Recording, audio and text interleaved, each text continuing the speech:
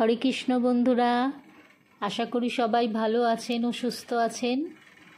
অনিস লাইফস্টাইলে আপনাদের স্বাগত জানাই। আজ আমি চকলেট রসবড়ার রেসিপি দেখাবো। সারা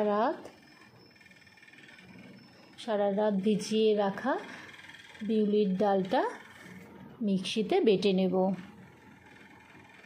বেটে রাখা বিউলির ডালের মধ্যে একটু নুন দেব, দিয়ে ভালো করে ফেটিয়ে নেব। ভালো করে ফেটিয়ে নিয়ে সর্ষের তেল দেব। তেলটা গরম হলে বড়ার আকারে দিয়ে দেব।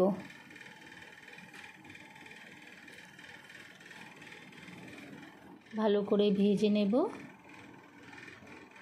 লাল লাল করে ভাজা হয়ে গেলে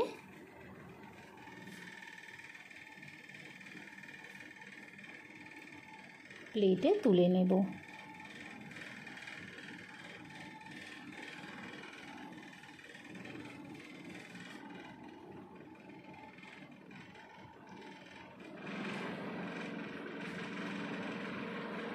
এবার 500 দুধের মধ্যে তেজপাতা, গোটা এলাচ, একটু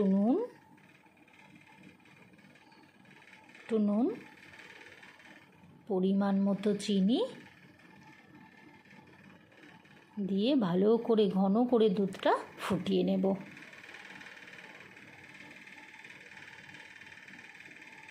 বেশ কিছুক্ষণ ঘন করে ফুটিয়ে নিয়ে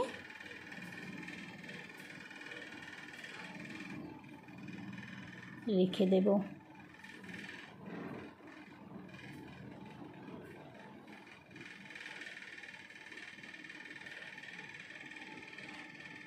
এবার গরম জলের মধ্যে ডেয়ারি মিল্কটা দিয়ে গলিয়ে নিয়ে সাইডে রেখে দেব।